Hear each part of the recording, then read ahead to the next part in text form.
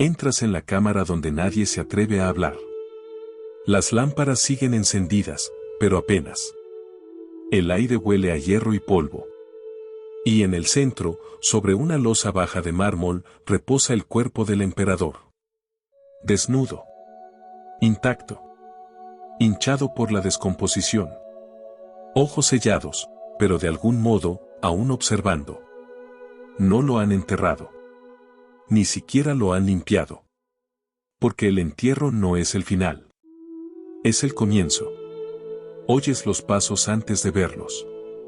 Un grupo de hombres, cubiertos con capas de lana negra, entra en la sala. Sin fanfarria. Sin palabras. Solo guantes de cuero y un trozo de lino grueso, doblado, amarillento por el tiempo. Uno de ellos toca el pecho del cadáver, presiona, y espera. Quieres apartar la mirada, pero tus ojos siguen fijos. Hay algo ceremonial en su quietud. No es duelo. No es reverencia. Es algo más frío. Esto no es venganza. Es la historia corrigiéndose a sí misma. Y si alguna vez te has preguntado cómo se castiga el poder a sí mismo, como recuerda un trono, quédate conmigo. Esta historia no termina donde termina su piel. Toca el botón de like. Suscríbete si eres nuevo. Ahora, mira lo que hicieron después. El silencio se profundiza. No hay gritos. Todavía no. Solo el comienzo callado, de algo inolvidable. Antes de que la hoja lo tocara. Antes de que el lino absorbiera su sangre. El Ara Intouchable. No porque gobernara con sabiduría. Sino porque nadie se atrevía a pronunciar su nombre sin permiso. Su corte susurraba títulos en su lugar. El emperador de piedra. La voz que quema. El que no parpadea. No nació cruel. Pero la crueldad le obedecía tan rápido que la convirtió en ley. Las paredes de su palacio estaban cubiertas de máscaras, reales. Tomadas de traidores. Arrancadas de sus rostros. Decía que le recordaban que el miedo era más duradero que la lealtad. Nunca gritaba. No lo necesitaba. Cuando quería que alguien desapareciera, levantaba 2 dedos. Si levantaba 3, su familia desaparecía también. Desollaba a los rebeldes vivos. Y colgaba sus pieles sobre las mesas del banquete. Y aún así, no era suficiente. Guardaba un diario secreto bajo su cama. En él, escribió: que me amen después de la muerte, si no lo hicieron antes. Pero cuando la muerte llegó, nadie lloró. No hubo duelo. Ni himnos. Ni un beso final. Solo silencio. Porque detrás de la piel, él no era nada que quisieran recordar. Y sin embargo, lo que hicieron después aseguraría que jamás fuera olvidado. No ocurrió durante una guerra. Ni en una rebelión. Ni en una revuelta pública. Ocurrió de la forma más silenciosa posible. El emperador murió mientras dormía. Los labios manchados de negro por las bayas trituradas que juraba eran seguras. Sin testigos. Sin una gran despedida. Solo silencio. Y un sirviente que no llamó al médico. Cuando llegaron los guardias, no hicieron sonar el gong. No llamaron a los escribas. Solo miraron. Y esperaron.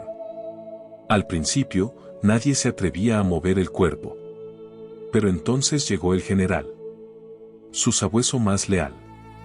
Envuelto en el mismo terciopelo que una vez besó en la coronación. El hombre que había pasado horas de rodillas en la nieve solo para entregar un mensaje. Ahora estaba descalzo en la cámara del emperador. No para llorar, sino para dar la orden final. Sin entierro, dijo. Aún no. Las puertas del palacio fueron selladas. Al pueblo se le dijo que el emperador había caído enfermo. Pero dentro, la verdadera enfermedad era el legado. Despojaron el cuerpo de sus símbolos reales. Sin corona. Sin anillo. sin túnica. Solo dejaron la piel. Porque con eso había gobernado siempre. Y entonces, con una voz que temblaba pero no se quebró, el general susurró: «Traigan el trono». Lo arrastraron desde el almacén al amanecer. El trono en el que se había sentado durante 30 años. Era enorme, madera de hierro envuelta en pan de oro. Las patas talladas como leones. El respaldo en forma de un estallido solar.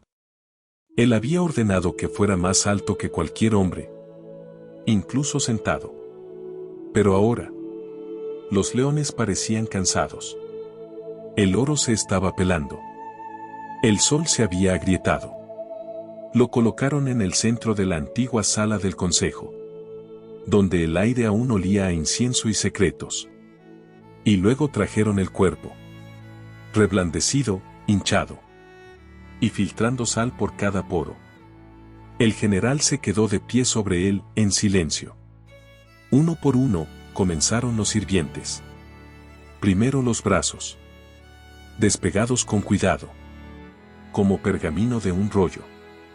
Luego las piernas, el pecho, la espalda.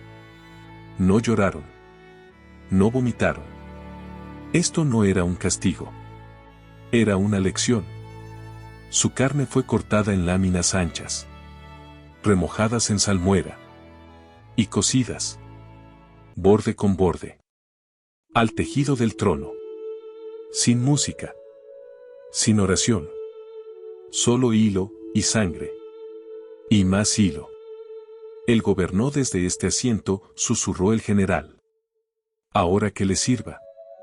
Al caer la noche, el trono estaba cálido otra vez. No con poder, sino con piel. Nadie se sentó en él durante la primera semana. El aire a su alrededor era denso, espeso con algo que se aferraba a los pulmones. Las costuras aún eran visibles. La piel no se había secado todavía. Y cuando el viento entraba por las rendijas de la ventana, los puntos se movían. Algunos decían que gemía. El nuevo regente se negó a entrar en la sala. Celebraba el consejo en el salón de los sirvientes, encorvado sobre un taburete, sudando a través de su seda. Temporal, decía.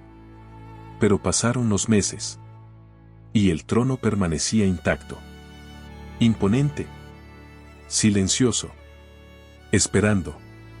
Un día, un niño, un huérfano criado en las cocinas, entró corriendo como una broma.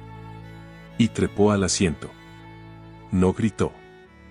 Simplemente se quedó quieto. Y cuando los guardias lo sacaron, sus uñas se habían quebrado contra los reposabrazos. Su cabello se volvió blanco al amanecer. Nunca volvió a hablar. Los rumores comenzaron después de eso. Decían que el trono recordaba cada orden que había dado, cada ejecución, cada mentira, y que sentarse en él significaba escucharlas, todas a la vez, como si la piel hablara, a través de fibras y pliegues, y terminaciones nerviosas que se negaban a olvidar. Algunos decían que estaba maldito. Otros decían que estaba vivo. Pero nadie volvió a sentarse allí. Ni siquiera el rey. Pudieron haber quemado su cuerpo. Pudieron haberlo enterrado en los sepulcros reales, junto a los ancestros que fingía venerar. Pudieron haberlo borrado con silencio. Pero no lo hicieron. Convirtieron su carne en mobiliario. Porque no intentaban destruir su memoria. Intentaban atraparla. Todo tirano deja una sombra. Las estatuas se derrumban.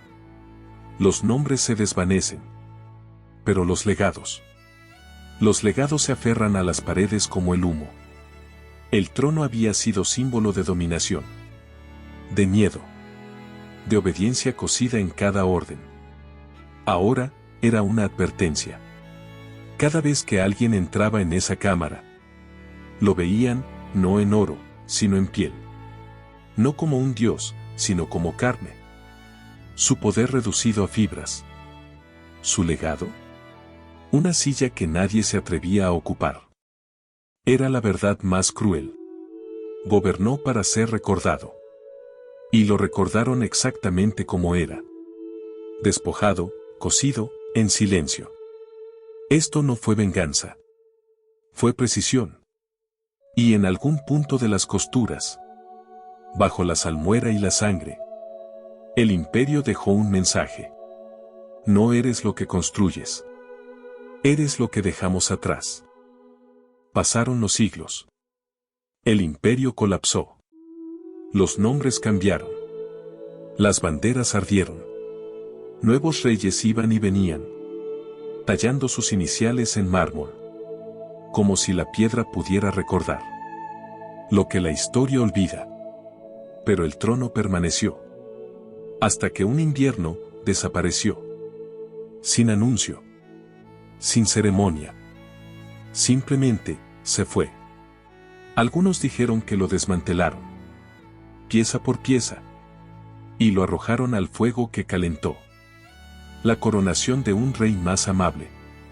Otros susurraron que fue enterrado muy hondo bajo el palacio, tras un muro sellado, en una sala que nadie se atreve a abrir.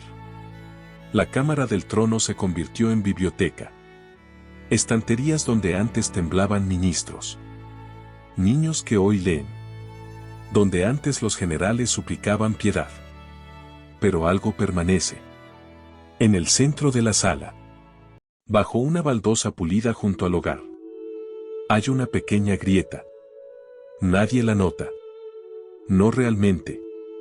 Hasta que un día, un trabajador levanta la piedra para hacer reparaciones. Y retrocede. Debajo, pliegues secos de algo que alguna vez estuvo vivo. No es hueso. No es tela. Es piel, cocida, oscurecida, quebradiza con el tiempo. Dicen que, al tocarla, el trabajador escuchó un susurro. No desde una boca, sino desde el trono, que nunca olvidó. Y en ese momento, la sala ya no estaba vacía. Recordaba.